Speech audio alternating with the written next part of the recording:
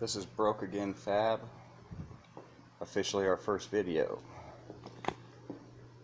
We're going to be building a 2001 Jeep Cherokee, old XJ model. Got it right here. It's completely stock right now. So, I don't know if y'all can see it. Retired police Jeep. Missed out on gutting the interior.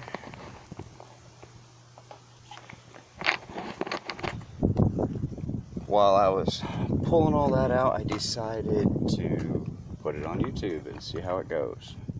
So this is a 4-liter Jeep, factory 4-wheel drive. We've got some 1-ton axles that we pulled out of that truck right there. Please forgive the video quality, I'm new at this. Here's our axles. We got a high pinion Dana 60 for the front. Already put a truss on it. Haven't got the gearing or any of that yet. We got a 10 1/4 for the rear. 10 1/2 for the rear. Currently they got 373 gears. We're gonna drop it down to 538s. But today I think we're gonna work on moving the gas tank for clearance for the rear axle. Alright, we don't have a fancy shop like most. This is just a old slap together carport and a homemade carport kind of butted up to each other. So you get to see me work harder because there's no lift or any of that fancy equipment here. But figure if I can do it, maybe it'll help y'all be able to do it in your garage at home or even in the driveway. Alright, the goal here is we're going to move this fuel tank. Exhaust is in the way on that side. We'll check it out on this side. It hangs down from the frame. Good 8.5 inches. We want to bring this up to be flushed off with the frame, because when we put the 1-tons in, we want to bring its center back here. Get a little bit longer wheelbase. So what we're going to do is we're going to cut this out around here, take it off, going to raise the tank up about that 8 inches. We're going to plate the bottom for like a skid plate, help protect it. I've seen them built where the tank just sits right on top of this deck. I want to try to save as much storage space back here as possible, so when we get done moving the tank, we're going to build a plate that comes across from here to here, essentially just raising the deck that 8.5 inches that we're going to be losing by raising the tank up. So I guess let's get started.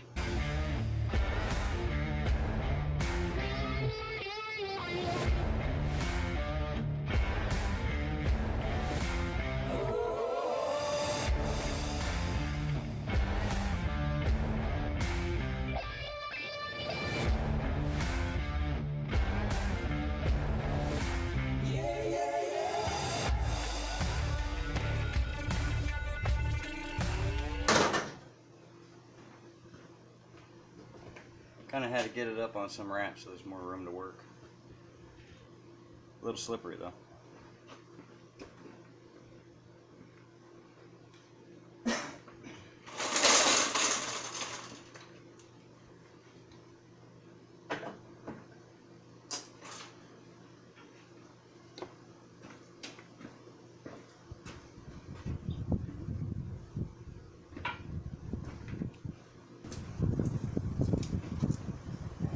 guess you can come with me. We're going to get the filler neck taken off. right here. It's got the 4 bolts. Actually, I think we're gonna take that off from the inside. Unhook the hose. Let's see what kind of view we got of that. Right there. Take those 2 off, pop her loose, and then we'll drop the tank. Alright, let's see if we can't get this thing out of here.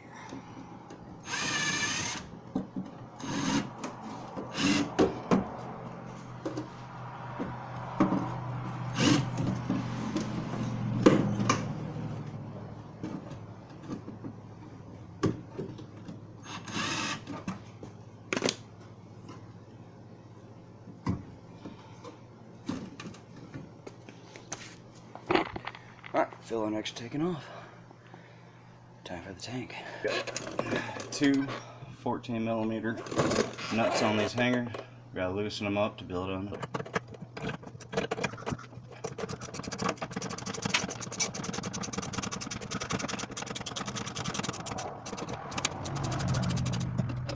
There's one. You can barely see it, but right here is the power supply. So we'll go ahead and get that unplugged.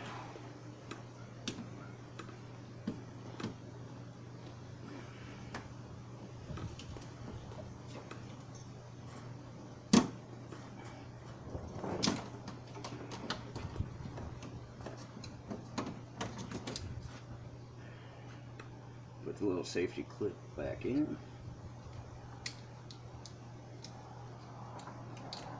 Don't want to lose that. And as soon as I take off the fuel line, I'm getting wet. So, I wonder if I can relieve some pressure from under the hood.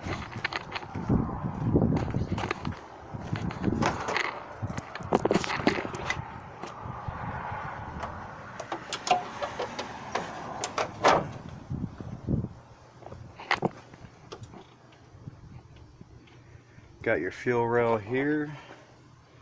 Just looking for the relief.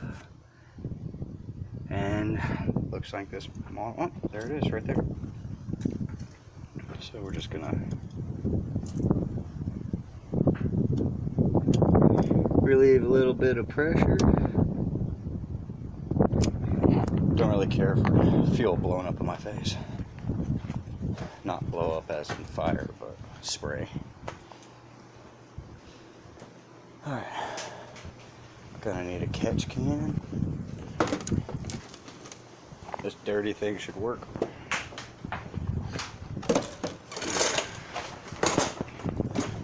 What I like about Jeeps, their fuel connection is pretty simple.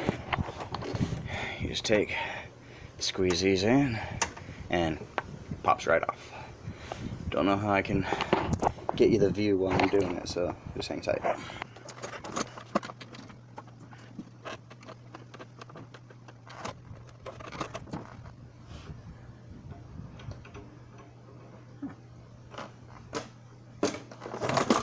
Well, that made me happy. Didn't spray me. Back to taking the tank out.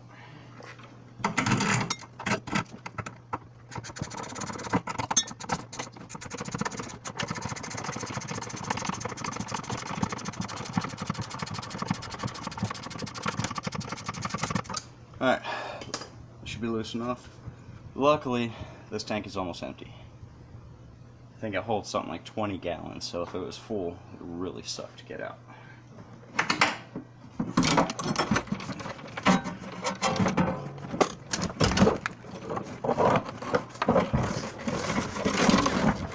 Alright, tank's out.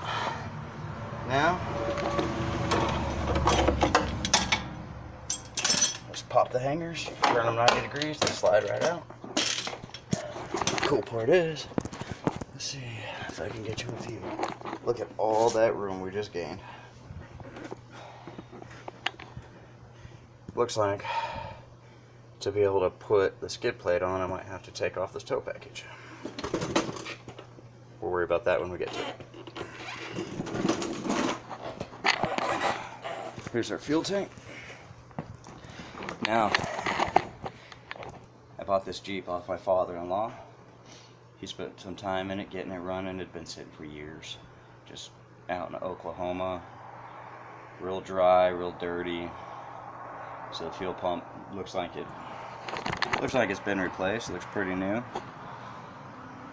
That's why everything was so easy to take apart.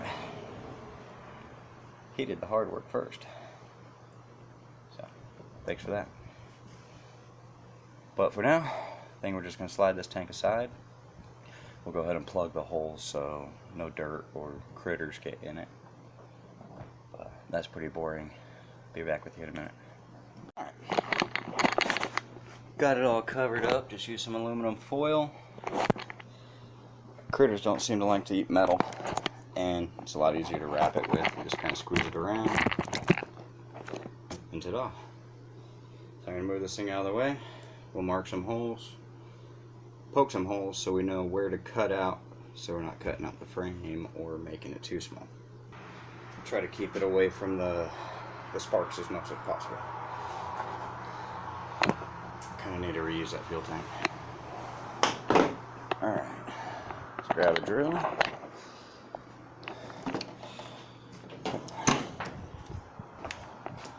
That bit should work.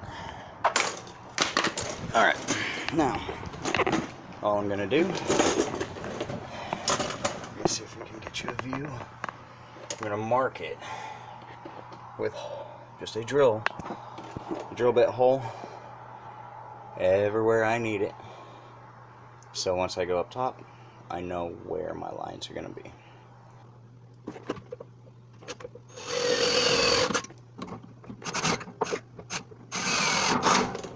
Whew, that's hot. Got a bow right here. So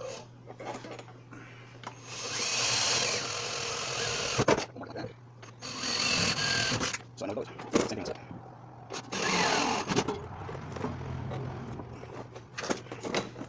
Won't be needing that heat shield. So.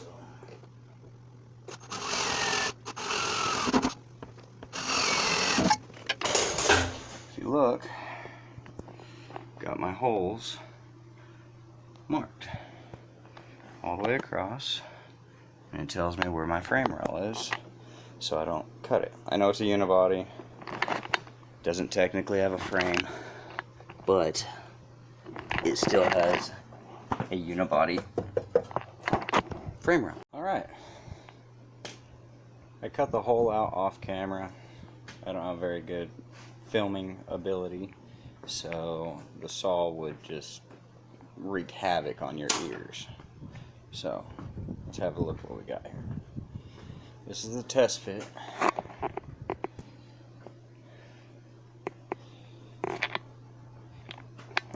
Bottom of the tank has a little bit of an angle, so we'll just build the skid plate with a slope in it to keep the tank level and secure. We'll have to build some straps to go over the top, hold it down. It looks like right here might have to kind of redo the filler neck over here, but I'm thinking I might just find maybe like an old truck style recessed one, bring it right up here so I don't have to lose my window.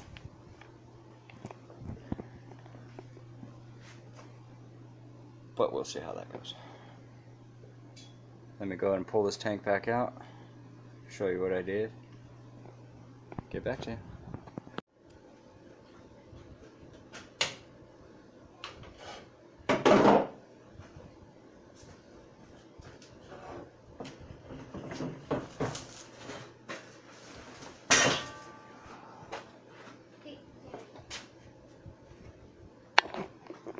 Alright, I measured the tank, cut it out. Only thing is this cross member here kind of gets in the way, so it's for the shocks. I'm not going to end up using it with the new suspension, but got to weld that back up across there, trim these out. I folded down the lips across here, try to keep a little rigidity in the frame, the subframe, and got to clean this up. Don't need to wear any holes in the tank. So, off to the next step. Be back in a few.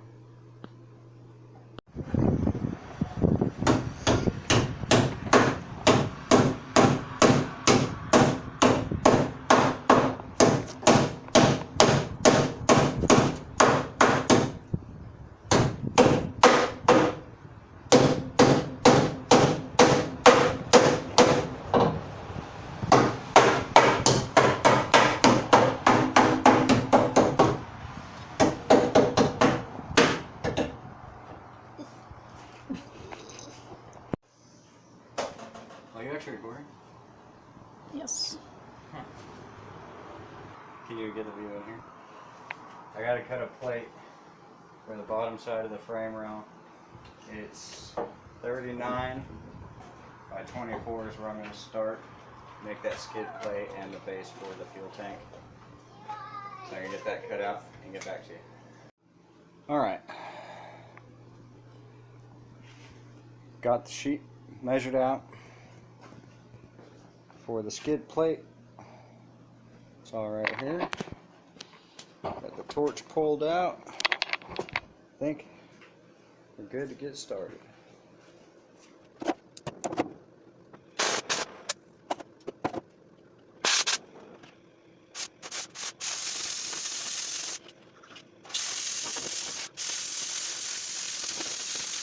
There you go.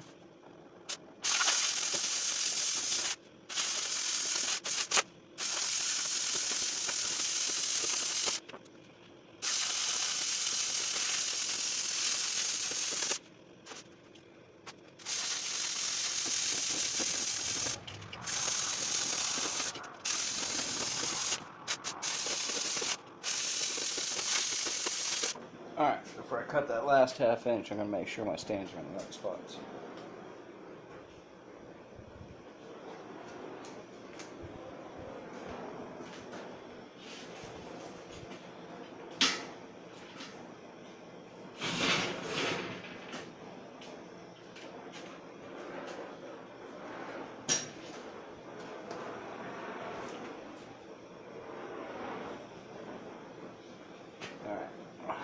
See if I can do this one-handed.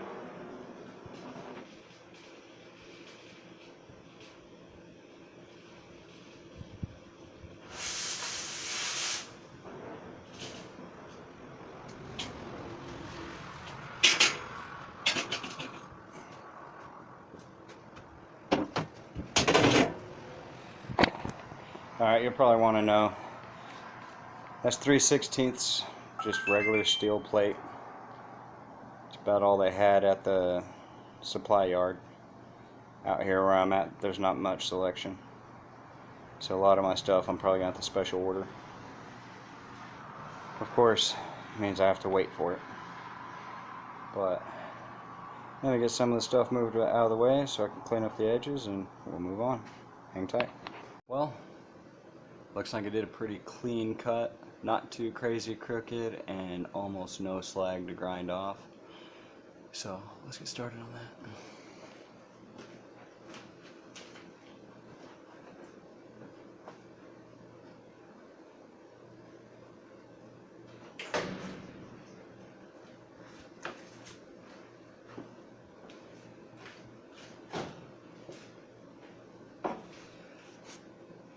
Since I don't have any safety glasses, I'm going to use this in grind mode.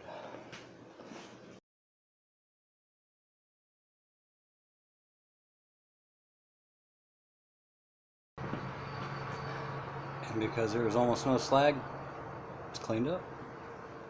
Alright, I really didn't have a good way to give you a view putting this metal in without taking a chance of breaking my camera. So, got the plate in. Right now it's just sitting there. There we go. Got it on a welding jack, and it's all flushed out. So I guess it's time to get that welder fired up and get her tacked in. For now, I don't want to fully weld it out until I know it doesn't need any modifications beforehand. So I'll get back with you as soon as I get that welder set up. Alright, what I got here is an Amco electric, but it's a 200. It's called the MIG 200, MIG TIG stick 3-in-1. Bought it off of Home Depot for like $600. I needed a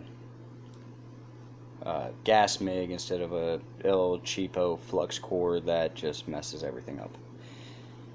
Most of my welding in my past all comes from stick welding, Miller Bobcat. Love the way those things weld, but it's a little too heavy duty for welding this little tin that cars are made out of.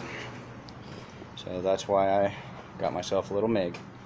So just got it a couple weeks ago. Haven't really had a chance to know where its settings are specific to it. So I guess you get to see me try to figure that one out. It really doesn't have the little cheat sheet that the MIG welders have from Miller or Lincoln. So I'm just guessing here.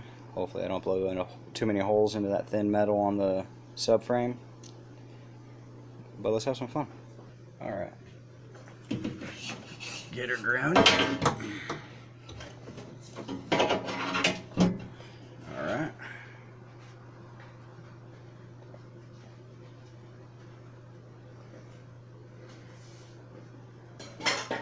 Pull out the feed and see what she do.